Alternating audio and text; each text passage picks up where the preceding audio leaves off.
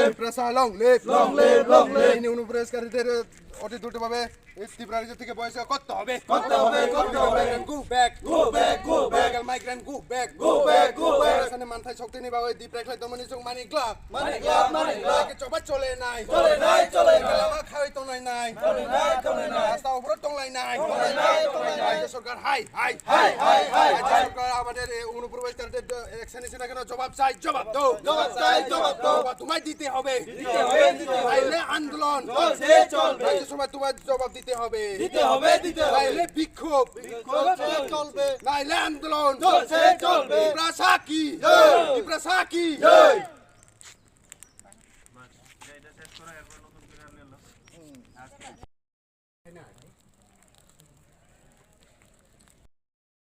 সবাইকে আমার টিপ্রাসা নিউজ 24 के লাইক এন্ড সাবস্ক্রাইব করো এন্ড শেয়ার করেন।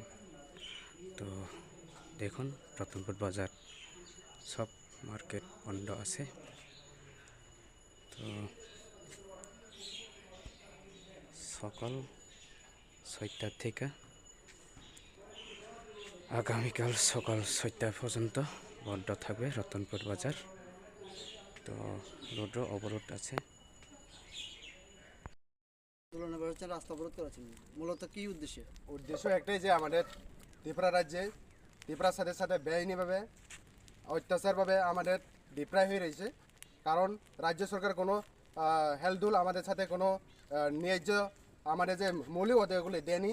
কারণ আজকে আমরা দেখলাম বাংলাদেশি অনুপ্রবেশকারী এখানে অনেক হাজার লোক এসে বসবাস করছে, কিন্তু অথচ এই যে ত্রিপুরা বা ওই ভূমিপত্র হয়ে আমাদের দাবিগুলোকে আমরা বঞ্চিত, অথচ তাদেরকে আবার এখানে বসিত করে দিয়ে আমরা কোন থেকে আমাদের মৌলিক অধিকার পাব।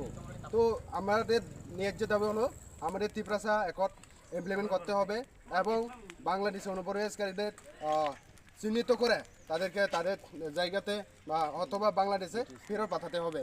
এটাই আমাদের দাবি নিয়ে আমরা আজকে ঋষিমুখ অ্যাসেম্বলি তথা আমাদের 27 নং পূর্ব মরিপুর বুড়াতলি কেন্দ্রে রতনপুর বিলোনিয়া ন্যাশনাল হাইওয়ে আমরা অবরোধ করি।